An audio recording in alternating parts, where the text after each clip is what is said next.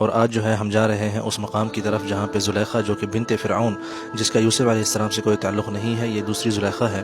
آپ دیکھ سکتے ہیں میرے رائٹ سائڈ پہ جو ہے یہ کنگ خفر کا جو ہے احرام ہے اوپر، اور نیچے جو ہے اس کے اس طرف ہم جا رہے ہیں اس عبادت گاہ میں جہاں پہ زلیخا جو ہے عبادت کیا کرتی تھی اپنے مطلب ہے کہ جو بت وغیرہ ہوا کرتے تھے ان کی، اور اس کے علاوہ مطلب جیسے کہ اس زمانے میں یہاں کا جو فرعون تھا وہ اپنے آپ کو بھی خدا کہلواتا تھا۔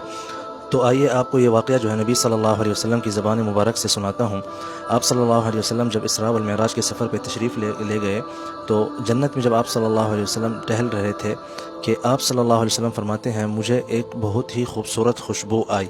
تو میں نے پوچھا کہ یا جبریل یہ کس کی خوشبو ہے؟ تو جبریل نے کہا کہ یا رسول اللہ یہ خوشبو ہے اس عورت کی جو فرعون کی بیٹی اور اس کے بچوں کی جو ہے کنگھی کیا کرتی تھی۔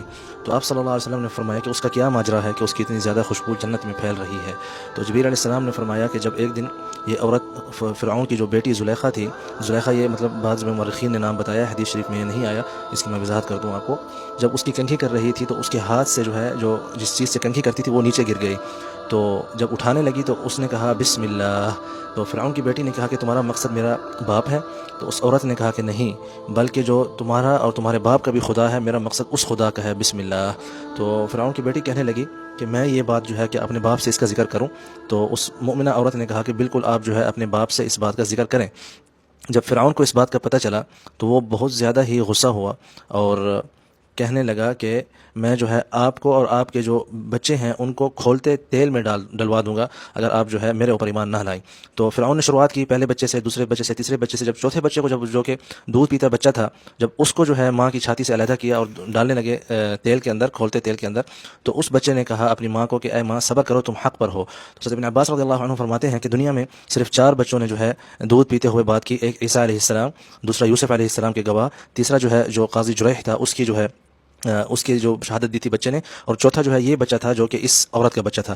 ده معبد زليخا من الفرعون. حلو ده معبد المغسله اللي كانت بتغسل الفراعنه. حلو دي معبد المشيطه اللي كانت بتمسك الفرعون، اللي بنت فرعون والمشطه وقعت منها قالت بسم الله. ايوه طيب فبتقول لها هو في اله غير ابويا؟ طيب یہ جو ہے اس کو مطلب زلیخا کا معبد خانہ ہے جو کہ فرعون کی بیٹی تھی اس کا۔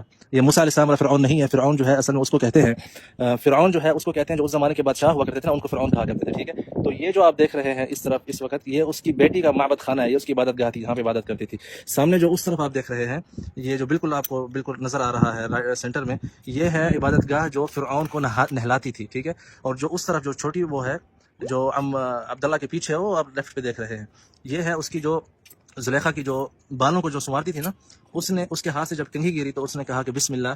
تو پھر اس کی زلیخا نے جو کہ یہاں پہ تھی اس نے کہا کہ کیا میرے باپ کے علاوہ بھی کوئی خدا ہے جو آپ اس کا نام لے رہی ہو؟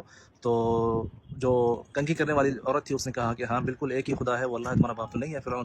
تو اس نے پھر اپنے باپ سے کہا کہ کیا تمہارے سوا خلاص نمشي عادي نتكلم. ماشي يا حبيبي، روح الله يصلح الله حالك. يسعدك. ماشي يا جی ابني. تو اس نے امشي انا اصور وانا ماشي. ماشي يا ابو يلا خش كده. طيب طيب يلا خش كده.